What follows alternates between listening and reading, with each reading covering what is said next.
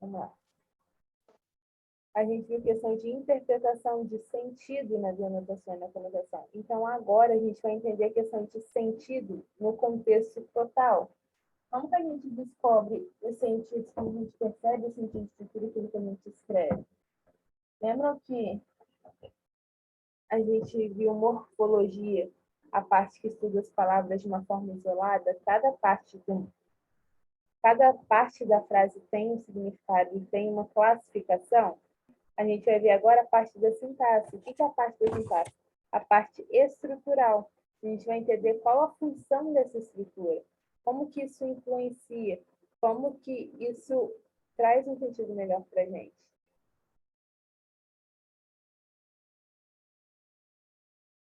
Márcia, você está no grupo, né? Se você estiver no grupo, eu acabei de mandar uma mensagem lá, pode me mandar mensagem depois. Se você estiver no grupo, meu número está lá. Acho que está Maria Luísa Paz no meu contato. Tá bom? Mas qualquer coisa no final da aula a gente fala de novo. Eu te chamo aqui e a gente conversa melhor, tá bom? Vamos lá, continuando. Lembrem que na morfologia a gente estudou essa maneira isolada? A gente vai ver a diferença disso agora. Por quê? Na morfologia a gente aprende basicamente, tem um exemplo aí para vocês, essa frase. O senhor não pagou o suco de laranja. Cada parte que compõe essa frase tem um nome, tem uma maneira de flexionar, a gente entende como que a gente usa, qual que varia em torno de qual que flexiona em torno de qual. Lembra que eu falei que a gente sempre tem o substantivo, e aí o artigo acompanha o substantivo, o adjetivo acompanha o substantivo, ele sempre caracteriza o substantivo. Por que a gente entende isso? Porque a gente precisa criar um sentido. Na postura de vocês, a gente tem um exemplo de frase. Ano passado, carro 1 Joana comprou. A frase está fora de ordem. Na língua falada, a gente até entende isso. Mas na língua escrita isso não é aceita. Na língua escrita, a gente precisa estruturar a frase da sua forma comum, para que o texto escrito tenha um sentido melhor. Não, Maria Júlia, sim. Aí a frase que ficaria, ano passado o carro Joana comprou, fica, Joana comprou ano passado um carro. Ok, está estruturada, agora eu consigo entender. Essa é a parte que a gente estuda na morfologia. Cada palavra em si fora do seu ordenamento, digamos assim. Ou até mesmo no ordenamento, mas a gente entende que cada palavra significa, cada termo significa. Na sintaxe, a gente vai estudar basicamente a questão de quem fala sobre o que a gente fala. E aí, agora a gente vai entrar no campo de sujeito e predicado. Geralmente, quando a gente estuda a sintaxe, a gente entende ela como um campo de conjunto, de estrutura. Toda vez que a gente tem, lembrando sempre, toda vez que a gente está falando sobre texto, a gente fala também sobre comunicação. Lembram tudo que eu falo? Precisa ser entendido. Todo texto, ele é uma situação comunicacional, ou seja, ele existe dentro de um processo interacional, ele precisa de uma interação, talvez entre quem fala e quem ouça. Lembra que a gente falou sobre o sentido sempre está baseado nas três pessoas do discurso? Quem fala, quem ouve ou quem ou do que se fala, primeira, segunda e terceira pessoa do discurso. O texto ele também entra nisso. Todo texto, seja ele escrito ou falado, ele é um resultado conjunto, é uma produção entre interlocutores.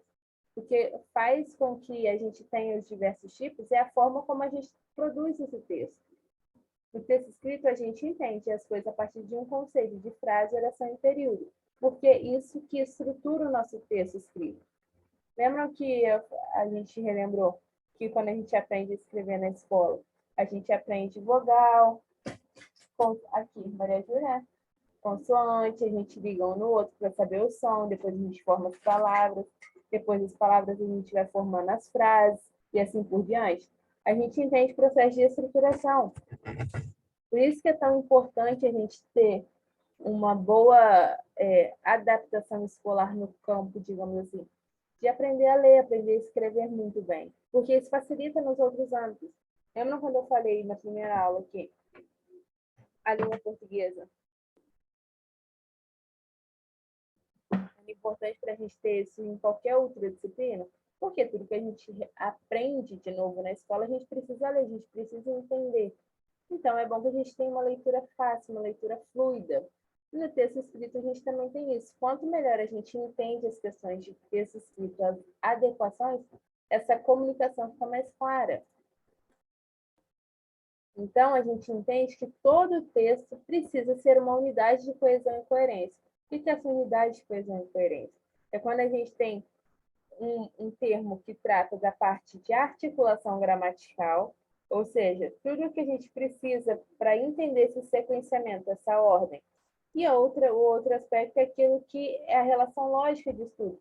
Essa ordem precisa ter um sentido, precisa exprimir uma ideia. Por isso que a gente tem elementos gramaticais específicos para passar esse conhecimento para a gente. Como que a gente entende isso? Através da sintaxe. Por quê? A sintaxe estuda esse campo de combinação. É nela que a gente vê sujeito, predicado, objeto direto, objeto indireto, adjunto nominal, adjunto adverbial, porque fica mais fácil da gente entender o que a gente precisa falar. Basicamente, para a gente entrar no campo de sintaxe, a gente precisa entender a diferença entre frase, oração e período. É aquele básico que a gente aprende na escola. Frase é toda aquela unidade de texto que transmite um pensamento completo. Oi! Entende que é uma saudação. Não precisa de mais nada. Por quê? O pensamento completo já ali é uma saudação. Oi! Se eu quiser complementar a frase, tudo bem? Ok. Mas só o oi a gente entende que é um pensamento já estaria. Só estou saudando a pessoa, falando, não, estou aqui. Uma oração, não. Oração é quando a gente tem um enunciado que transmite um pensamento completo, mas ele é organizado ao redor de um verbo. Lembra quando eu falei que na morfologia, se a gente tem uma frase só com substantivo e adjetivo, minto. Eu falei que quando a gente tem uma frase e a gente ainda não achou o verbo, adjetivo, artigo, numeral, tudo gira em torno do substantivo, tudo se flexiona em torno do substantivo, porque o substantivo que comanda a oração. Na oração, a gente tem o verbo comandando isso. Por quê? Toda frase precisa concordar com o verbo para que ela faça sentido. Eu tenho uma sobrinha de 3 anos, e essa semana ela começou a falar tudo no plural. As crianças estão na rua. Ela tem 3 anos e ela já entendeu que quando ela fala sobre alguma coisa que o verbo exprime uma ideia de pluralidade, ela precisa passar toda a frase para o plural. Ok, ela é uma criança de 3 anos, é ótimo isso para ela. Mas às vezes a gente esquece disso. Água, toma.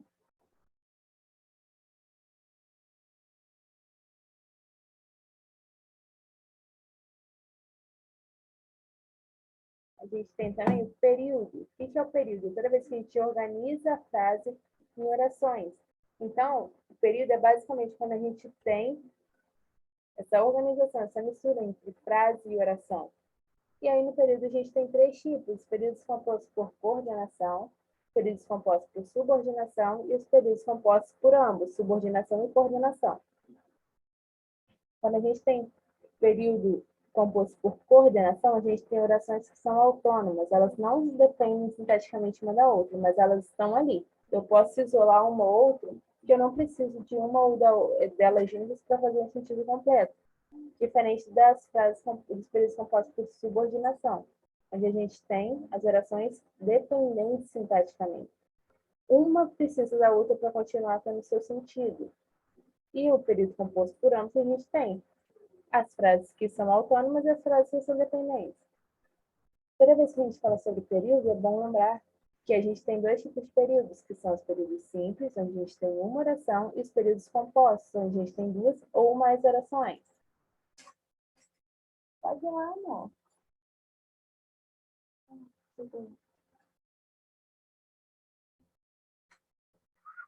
Por que a gente estuda função sintática? Porque a gente entende o papel de cada um dos termos da oração em relação ao outro. Toda vez que a gente tem na função sintática, estuda a função sintática, a gente repara que a gente tem alguns termos, algumas vezes essenciais, algumas vezes, geralmente, a gente só tem os essenciais, e aí a gente pode ou não adicionar os integrantes. E a gente também tem os termos acessórios. A gente tem, como elementos da função sintática, a gente tem sujeito, predicado, predicativo, objeto, complemento nominal, agente da passiva, adjunto de nominal, adjunto adverbial, vocativo e acústico. A gente vai dar uma resumida só para a gente lembrar, porque eu não vou entrar fundo nisso. Porque o que eu preciso entrar fundo com vocês é no entendimento desse conjunto, essa estruturação, a importância que isso tem na produção de sentido. Então, só para a gente lembrar, toda vez que a gente fala sobre sujeito e predicado, a gente fala sobre estruturas fundamentais na linguagem verbal. Por que elas são fundamentais? Porque elas estão diretamente relacionadas à necessidade que a gente tem de verbalizar tudo aquilo que a gente pensa, seja sobre o mundo, seja sobre a gente, ou sobre as nossas relações. Por quê? A gente foi programado, digamos assim, para expressar opiniões, para falar. Eu não sei se vocês já acompanharam uma pesquisa onde mostram que pegaram crianças, bebezinhas, e colocaram em um campo de estudo, provavelmente numa sala, e as crianças só eram alimentadas, não tinha nenhuma interação entre a pessoa que provavelmente dava o mamar para a criança e a criança. Não tinha uma troca de carinho, não tinha uma troca de palavras, digamos assim. Não havia comunicação, mesmo que a criança não entenda. O que aconteceu? Com o passar do tempo, a criança não desenvolveu e a criança acabou morrendo. Por quê? Porque nós somos seres que precisam dessa interação. Eu preciso conversar, a gente precisa produzir alguma coisa. Por isso que quando a gente é criança, mesmo que a gente não converse, não domine uma linguagem propriamente dita, a criança balbucia, a criança repete muito. Porque a criança entende essa necessidade que ela tem de interação. Não sei se vocês repararam na primeira aula, quando a minha filha apareceu aqui, eu falei assim, fala oi. Aí ela falou, oi. Ela não viu vocês, mas ela entende que ela precisa interagir. Algumas pessoas têm uma dificuldade maior de interagir, outras não. Mas reparem que geralmente uma pessoa que é muito sozinha, que não tem muito convívio social, é uma pessoa mais introspectiva. Por quê? Só o fato da gente conviver e conversar bastante, isso já aflora o nosso lado intrínseco, digamos assim. A gente foi programado para isso, para se comunicar. Então, toda vez que a gente fala sobre o sujeito predicado, a gente fala sobre isso. A gente precisa falar sobre alguma coisa. É fundamental falar, verbalizar alguma coisa, seja sobre o mundo, seja sobre si mesmo, ou sobre as relações, diversas relações que a gente tem ao longo da vida. Então, toda vez que eu falar sobre o sujeito, eu vou falar sobre quem fala alguma coisa. Geralmente, o sujeito ele vai concordar com o verbo e é nele que vai estar o assunto central da frase. Geralmente, ele vai apresentar como núcleo ou um substantivo, ou um pronome, ou uma palavra que é substantivada. Então, o sujeito é o âmbito principal da frase. É ali que a gente tem o assunto principal da frase. E o predicado, que a gente costuma ensinar na escola, é o resto da frase. É isso mesmo. É tudo aquilo que eu afirmo sobre o sujeito. Então, geralmente, quando a gente quer descobrir o sujeito da frase, a gente pergunta quem, como, quem fez alguma coisa. Porque a gente precisa achar o assunto central da frase para entender o restante. Quando a gente fala sobre sujeito, a gente fala sobre alguns tipos. Nesses tipos de sujeito, a gente tem o sujeito simples, que é aquele sujeito que é um núcleo só. Como exemplo, a gente tem a frase: certamente o advento do cinema falado fez mal aos atores de cinema mudo. O que fez mal aos atores de cinema mudo? O advento do cinema falado. Achei o sujeito. É um só, é um núcleo. O advento do cinema falado. E eu tenho também o sujeito composto, aquele que tem dois ou mais núcleos. Esquetes, montagens capciosas de mais de celebridades e paródias de notícia representam esse novo humor. O que representa esse novo humor? Esquetes, montagens capciosas de mais celebridades e paródias de notícias. O núcleo já mudou, não é só mais um. Na primeira frase, a gente só tinha o divã do cinema falado. Agora, a gente tem 3 acontecimentos que representam o novo humor. Então, é o sujeito composto. A gente tem o sujeito desinicial, que é quando ele não quer aparecer na oração, quando ele não aparece na oração, digamos assim. Quando alguém fala pra gente, provavelmente, quando eu falo para alguém, ligue o computador, ligue quem? Você. Eu sei quem é o sujeito da frase, ele só não apareceu ali. Então, é um sujeito inicial. A gente tem o sujeito indeterminado, que é quando ele não é nomeado na oração. Por outro lado, nunca se conviveu com tanto humor. Por outro lado, nunca se conviveu com tanto humor. Quem que nunca conviveu com tanto humor? A gente não conseguia especificar, então ele é indeterminado nessa frase. E a gente também tem as orações do sujeito. É quando a nossa declaração é expressa somente pelo predicado. Então, ela não precisa ser atribuída a nada. A um relógio a pingar lavabos. A frase já tem seu sentido ali. Não preciso saber mais nada sobre a frase. A declaração ali já está completa. No predicado, a gente tem o termo de oração que afirma algo sobre o sujeito. E, geralmente, ele apresenta um verbo que concorda com esse sujeito em número em pessoa. Você já sorriu hoje? Quem já sorriu hoje? Você. Eu já tenho sujeito. Então, o resto da frase é o meu predicado. No predicado, o verbo, quando eu tenho o verbo como núcleo do sujeito, digamos assim, a gente tem um predicado verbal. No caso, o amor é cego. O que é cego? O amor. Vale a gente ressaltar que esses são os verbos de ligação. O que são esses verbos de ligação? Eles só ligam o sujeito ao predicado. O verbo ele não está ligado ao predicado. Ele está ligado diretamente ao sujeito, porque ele está complementando a ideia do sujeito. E no predicado, a gente tem dois tipos de predicativo, digamos assim. A gente tem o predicativo do sujeito, que é quando a gente atribui características, qualidades ou estado ao sujeito. E a gente tem o predicativo do objeto, que é quando ele atribui característica, qualidade ou estado ao objeto. Um exemplo que a gente tem. Ele era tido por incompetente. Quem é tido por alguma coisa. Quem é tido por incompetente? Ele. Eu estou completando o que eu falei lá no sujeito. Então, eu tenho um predicativo do sujeito. Quando eu falo, finalmente o deram como morto. Quem dá? Dá alguma coisa a alguém. Complementação do verbo. Finalmente o deram como o quê? Como morto. Deram quem? Ele. Ele está falando, está sendo nomeado ali? Não. Então, a qualidade está ligada diretamente ao objeto. Quem foi dado como morto? A pessoa que está sendo falada ou que já foi citada ali no predicado.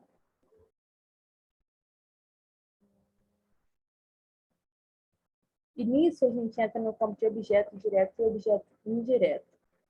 Lembra quando a gente está na escola, a gente aprende sobre a transitividade verbal? O que é essa transitividade verbal? O verbo sozinho faz sentido? Ele precisa de um complemento? E aí que a gente tem o campo do verbo transitivo e verbo intransitivo. Quando o verbo não precisa de complemento, eu tenho um verbo intransitivo. Ok, ele faz sentido sozinho. Quando o verbo precisa desse complemento, eu tenho o verbo transitivo. E aí ele pode ser transitivo ou direto ou indireto. Como? Leva lá pra titia, tá?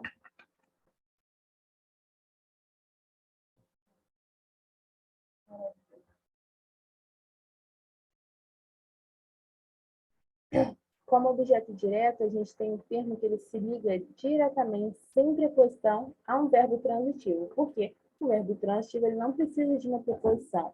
Quem derruba, derruba alguma coisa, não tem uma preposição ali. Então, aquele complemento ele está ligado diretamente ao verbo. Nós derrubamos. Derrubamos o quê? Todas as florestas. A gente sempre precisa de um complemento sem uma preposição, diferente do verbo transitivo indireto. No caso, a gente tem como exemplo o verbo assistir. Quem assiste, assiste a alguma coisa, não é? Quem assiste, assiste a alguma coisa. Assiste a alguma coisa. O verbo, ele pede um complemento com preposição. Então, eu tenho o verbo transitivo indireto. A elite indiferente assiste ao desmatamento.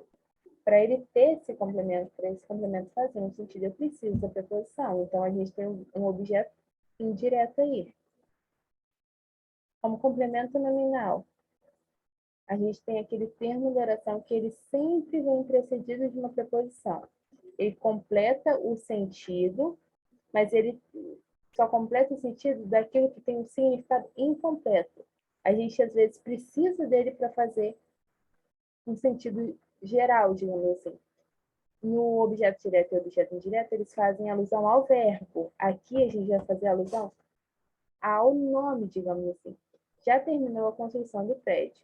Quem termina, termina alguma coisa. Então, já terminou a construção. Se eu quero especificar, se eu quero completar o sentido, eu posso falar sobre o que era essa construção.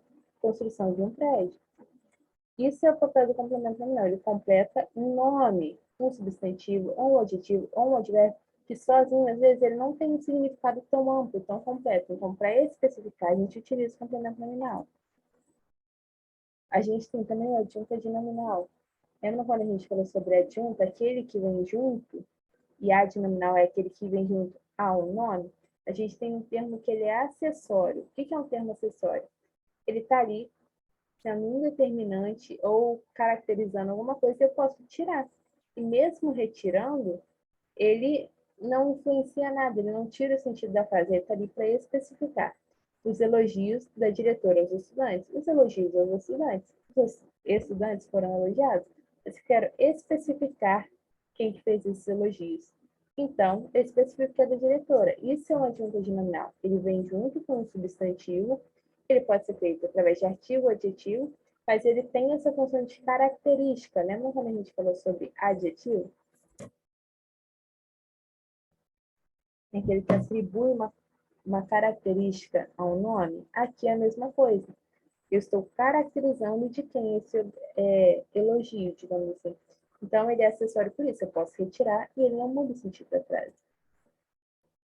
A gente tem também o adjunto adverbial, que é o termo que indica circunstâncias onde a gente tem ação verbal.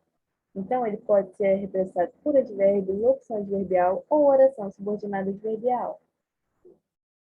A gente tem também o vocativo, que é o termo que serve para chamar, para invocar ou para interpelar um ouvido, seja ele real ou hipotético.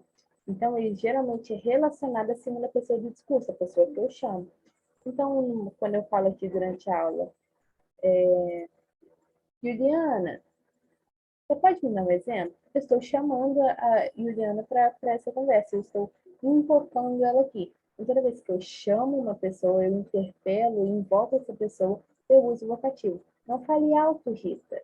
Estou falando para Rita, ei, Rita, não fala alto. Então, só o fato de eu chamar, eu tenho um vocativo. E a gente também tem o aposto, que é o nome que a gente dá ao termo que exemplifica ou especifica melhor outro de um valor substantivo já mencionado anteriormente na oração. Geralmente, o oposto ele vem entre vírgulas, dois pontos, parênteses ou travessão, porque eu posso retirar ele da frase sem comprometer o sentido da frase. Se eu estou numa conversa e uma segunda pessoa sabe que eu vou chamar Maria e sabe que ela é irmã da Bernadette, ela precisa especificar. Se eu falo Maria vendeu todos os seus bordados, é uma coisa comum entre ambas as pessoas da comunicação. Se eu falo com uma pessoa que não conhece a Maria, mas que provavelmente conhece a Bernadette, eu falo, então, a Maria, irmã da Bernadette, vendeu todos os seus bordados. Eu só estou especificando quem eu já falei anteriormente, já falei da Maria. Esse é o papel do aposto, de estar ali para exemplificar ou especificar melhor algo que já foi falado antes. Gosto de tudo que serve nos restaurantes. A frase está completa ali. E se eu quero especificar, se eu quero exemplificar o que tem no restaurante que eu gosto, eu posso falar.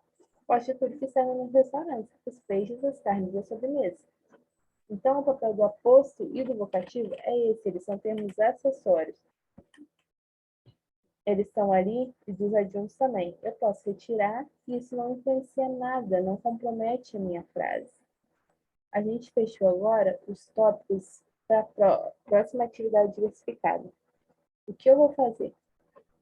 Como a gente teve alguns probleminhas no trabalho anterior, porque eu falei com vocês, né? Alguns alunos copiaram descaradamente da internet, outros copiaram da apostila, outros copiaram o próprio arquivo do amigo, só trocaram o nome. Para que isso não aconteça novamente, a ideia é, eu preciso avaliar vocês, concordam comigo? Eu explico de vocês. Então, o que eu vou fazer? Eu vou montar um documento específico para a turma de vocês e eu vou pedir questões de interpretação. Eu preciso que vocês escrevam. Porque senão não faz sentido a gente estudar aqui se for para vocês copiarem na internet, concordam comigo? Então, qual é a ideia? Eu vou subir o vídeo da aula passada que falta na plataforma e eu vou estar a semana inteira aqui. Qualquer pessoa que tiver uma dúvida sobre a disciplina pode falar comigo. Me manda uma mensagem que a gente debate, porque a próxima atividade é uma atividade totalmente de interpretação. Preciso que vocês façam. Então, provavelmente, eu vou dar um tempo maior para vocês fazerem. Para ficar mais fácil, eu preciso entender o que vocês esperam, ok? Acho que é isso. Na próxima semana, por favor, não faltem quem puder. Eu vou subir a atividade diversificada de vocês. Manutenção, atividade de vocês mesmo. É isso mesmo. E a ideia é justamente essa, a gente separar uma aula só para eu falar sobre a atividade, para eu explicar para vocês como essa atividade vai ser feita, para ficar mais fácil, para que vocês tenham mais tempo, para que vocês me procurem. Eu acho que é só isso. Alguém tem alguma dúvida sobre a aula de hoje? Bora, Márcia, que eu já vou falar com você rapidinho.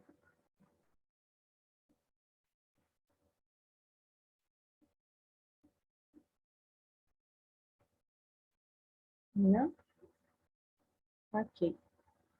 Então, vocês estão liberados. Foi muito bom ter vocês aqui hoje. Me desculpe pela última semana. Me desculpe se minha filhinha atrapalhou nessa aula. Eu imagino que não, porque eu consegui, eu acho, dar uma contornada nela. Mas, se tiver atrapalhado, me desculpa. Eu vou deixar essa aula baixando e vou subir na plataforma.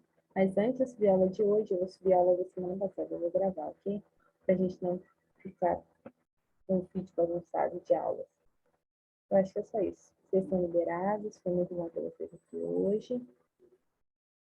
E é isso, Fernanda. Mas vamos lá. Qualquer dúvida, podem me mandar mensagem no WhatsApp. Eu acho que é isso. Até a próxima semana e não faltem, por favor, relembrem a turma, ok?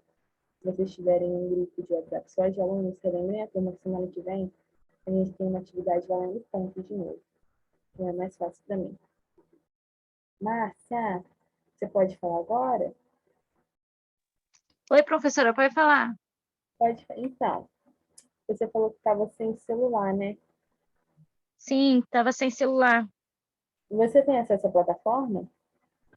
Sim, estou entrando. Tenho até que entrar no grupo para pedir de novo o link da plataforma, porque fiquei sem celular e agora estou toda perdida.